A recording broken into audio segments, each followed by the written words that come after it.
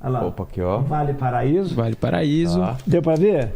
Um vale Purgatório e um vale Inferno.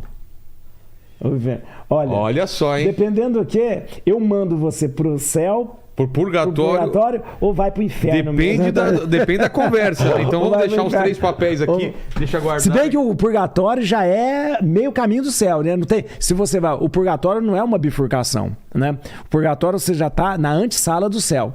Chegou no purgatório. Mas o purgatório você não pode ir pro inferno ou pro céu? Foi pro purgatório, já tá pro céu. Sério? Eu sempre tive a impressão que era um lugar de julgamento. Não. Purgatório já é.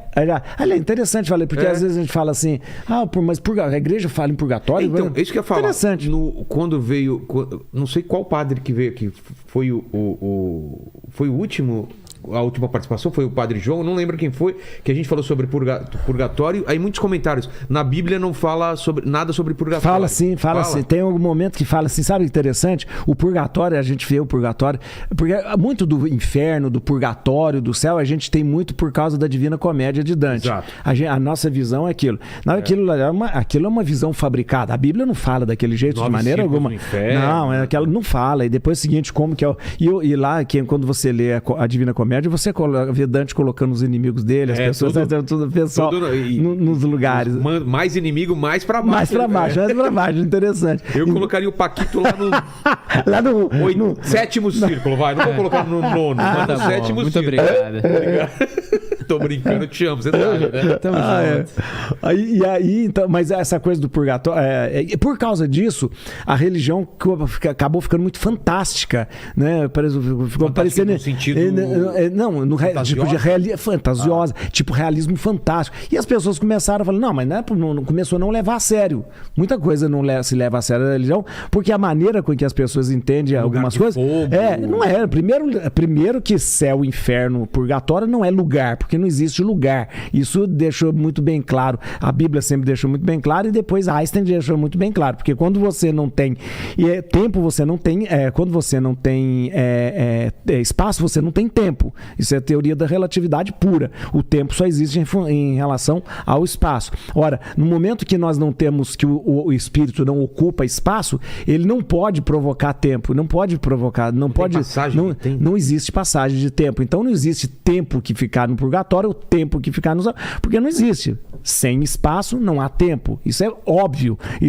Agora, interessante que o purgatório, ele sempre foi visto como uma maneira da misericórdia de Deus para que eu pudesse entrar, né?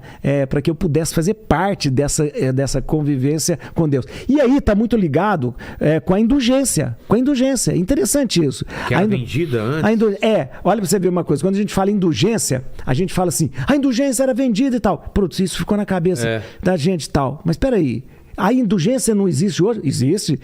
Mas indulgência era vendida? Não. Primeira coisa que a gente tem que saber, Vilela, por isso que eu gosto de conversas assim. É o significado da palavra. E depois é o seguinte, o que as pessoas sabem de indulgência, de inquisição, de igreja e tal? Sabe porque aprendeu no colegial, ou nos filmes, ou no coisa. Sabe a partir de quê? A partir de uma visão do iluminismo, do enciclopedismo, de enciclopedista que a gente lembra, que depois da Revolução Francesa, fez uma propaganda muito bem feita contra a igreja. Até hoje a gente bebe daquilo que os enciclopedistas fizeram. Era das trevas, né? Então, justamente chamar a Idade Média de Era das Trevas foi uma das fake news produzida pelos iluministas. Os iluministas tinham que dizer o seguinte: nós somos a luz, a inteligência é a luz. Então, tudo aquilo que passou na idade anterior a essa é treva. Então, a Idade Média não é a Idade das Trevas, de maneira alguma. Foi uma época em que a gente desenvolveu medicina, desenvolveu a matemática, desenvolveu a arquitetura, desenvolveu a ótica. O óculos foi inventado na Idade Média. Olha, então, na verdade, foi uma época de grande profusão da ciência também. Então, eu estou dizendo isso por quê? Porque a gente se fixa nessas coisas que a gente aprendeu um dia e não vai além. Você fala da indulgência. A indulgência é interessante. Qual que é a compreensão da indulgência na relação minha com Deus? Na relação de pecado com Deus? E é uma coisa de justiça.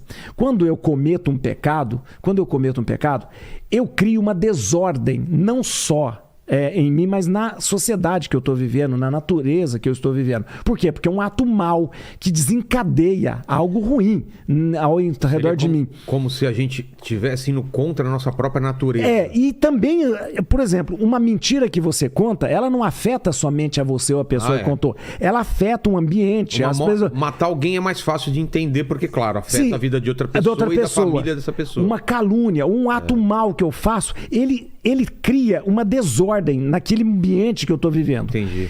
Então, tudo bem. Quando eu vou... Essa é a compreensão teológica. Eu vou confessar. Me confessei. Fui lá e tal. A confissão, o perdão é um dom divino, porque é Deus que perdoa sempre. Então, você chega e fala, meu Deus, aqui o meu pecado, meus pecados são esses, peço perdão. Perdoou. Pronto. Você foi perdoado dos pecados. Mas há uma coisa ao lado disso, que é a questão da justiça. E a porcaria que você fez com o seu pecado. Você viu? Veio até aqui, ó. Na trave. Fica à vontade aqui. E a porcaria que você fez com o seu pecado. Você desorganizou a natureza, desorganizou quem estava do seu lado. Quem é que vai limpar isso? Isso a teologia chama de pena temporal. Por quê? Porque o pecado foi perdoado. Tá. Pronto, você foi perdoado. Mas você deve uma satisfação para o lugar que você vive, para as pessoas, para você mesmo. Você tem que consertar isso. Então, aí na hora da confissão, o padre pede a gente chama de penitência, mas não é esse nome penitência, é satisfação. O nome penitência ficou por causa do latim como se fosse uma pena. Pena, a gente chama isso que aconteceu de pena temporal. Pena temporal. Penitência vem de pena. Então, mas é uma satisfação. Então, o padre pede uma satisfação. Por exemplo, você fez um ato mau que desorganizou ali tudo. Então, o padre vai pedir, faça um ato bom para você equilibrar esse momento. Exato. Então, ele vai pedir você, visita um doente, ajuda um pobre, ajuda uma pessoa que está... Visita uma pessoa que está passando... Ou então, uma pessoa que não pode fazer nada disso, fala assim, reza 3 Ave Maria, 3 Pai Nosso. Por quê? Porque a sua oração, ela é um ato bom, um ato de doação que vai organizar. Então, é a maneira de você compensar o estrago que você fez com o seu pecado. Ok, beleza. Tudo bem, mas o que é aí que vem a indulgência? Muitas vezes nós cometemos pecados, devemos essa pena temporal e não pagamos essa pena temporal, não fizemos os gestos para anular, consertar isso. Aí que vem a questão da indulgência. A igreja oferece de tempos em tempos, em ocasiões especiais e em coisas especiais, essa chamada indulgência, um indulto para você se ver livre dessas penas temporais. O ordinário seria você fazer gestos bons. Qual que são os gestos bons de indulgência? Enterrar os mortos, dar comida a quem tem fome, vestir os nus, cuidar, fazer bem. Isso são todas as coisas que apagam as penas temporais. Mas em ocasiões especiais, a igreja concede. De 50 em 50 anos, a igreja concede indulgência. Paga todas as penas. No Dia dos Mortos, dia 2 de novembro, a igreja concede indulgência para as pessoas falecidas, se você for lá para... Né? Então, tudo isso tem. Sim, aí... mas não foi vender... Sim. Quando você pega na Idade Média, em 1500 e pouco, 1400... Você pega alguns papas que eles, na verdade, não eram padres. Eram famílias. Você vai ver a família Borgia e a família... os Médicis, a família Borgia e tal. Eram interesses políticos. E tanto é que você pode pegar no Google aí, pega aí um papa dessa época que você vai ver. Porque geralmente, quando vem a biografia de algum papa, alguma coisa, vê lá, ordenado padre no dia tal, ordenado bispo no dia tal e foi eleito pontífice no dia tal. Se você pegar esses papas, alguns papas da Idade Média, você vai ver lá, escolhido papa no dia... por exemplo, no dia 1º de setembro. No dia 2 de setembro foi ordenado padre. No dia 3 de setembro foi ordenado bispo. Então, era o inverso. Era uma questão política. As famílias se degladiavam para ser o Papa, porque o Papa, porque a igreja Era muito poderosa, né? porque era muito rica em questão de terras. verdade. Praticamente todas as terras na Itália, na Alemanha, tudo era terra da igreja. Tanto é que os unificadores, Garibaldi na Itália, Bismarck na Alemanha, que foi de repente acabando com essas terras chamadas terras pontifícias, né? Essas terras Como que eles pontifícias. conseguiram essas terras? Por acordos? Como que é? Porque a igreja, quando a igreja se organiza e existe isso aí lá no Império Romano, que a igreja passa a ser a religião oficial do Estado, o Império Romano que tem toda, ela passa a ganhar propriedades do Império Romano, E o Império Romano dominava tudo. E a igreja, como propriedade daquilo, concedia depois essas terras aos lordes, aos condes.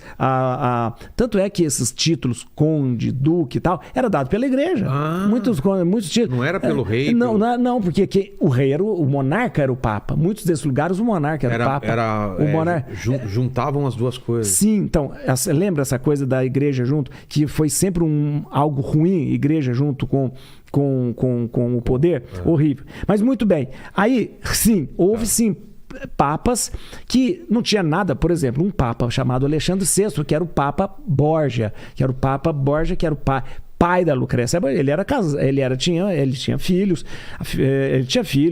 o filho dele era um péssimo filho, ele também ficou cardeal e tal. Então, o que ele fez? Ele foi escolhido como papa, Logo depois ele foi ordenado padre, porque para ser papa precisa ser bispo, mas para ser bispo precisa ser padre. Então, ele era um político, foi escolhido como papa, depois ele teve que ser ordenado como padre, teve que ser ordenado como bispo e tal, mas vivia a sua vida devassa como qualquer pessoa, porque para ele não importava isso, não importava nada disso. Esse período da igreja houve. E sim, houve uma instrumentalização desses recursos, né? Para que você... Aí começou a usar. Se você colabora com a igreja, você ganha isso. Se você colabora com a igreja, você ganha aquilo. E não só, ganha títulos também. Não é só a indulgência que foi comercializada. Pedaço do céu, né? E títulos assim, é o que eu estou dizendo, título de conde. Você vai ser agora, aquelas regiões, Nápoles, né? Era o reinado de Nápoles. Você vai ser o duque de tal, do conde de tal e tal. Era tudo isso comercializado também. Mas veja uma coisa. Aí as pessoas falam, não, mas era uma promiscuidade. Não, a igreja não era assim. Ela passa por esse período. Tanto é que o Papa Alexandre VI foi o Papa que assinou o nosso Tratado de Tordesilhas. Aliás, o Brasil só existe por causa desse Papa que foi esticando. Ele era espanhol e ele queria defender a América espanhola, então ele foi deixando a parte mais para cá, achando que não tinha nada para os portugueses. Ele falou, vou dar o golpe nos portugueses. Deu nada, né? Porque tinha mais coisa para cá. Então, é interessante lembrar isso e conversar sobre isso, porque a indulgência, então, ela é instrumentalizada, assim, nesse período, mas por pessoas de má fé, que durante um tempo estava à frente da igreja, Isso foi depois, né? Isso a gente começa a ver depois uma reação da igreja que começa a acabar com esse tipo de coisa, passa a ser proibido que cardeais que não sejam padres e tenham formação sejam escolhidos para ser cardeais, bispos que não sejam cardeais, bispos que não sejam padres sejam escolhidos para ser cardeais, e a igreja começa um processo de moralização muito grande a partir de 1517, 1526 e tal. Mas ela passou por esse período mesmo. Vou tomar mais água.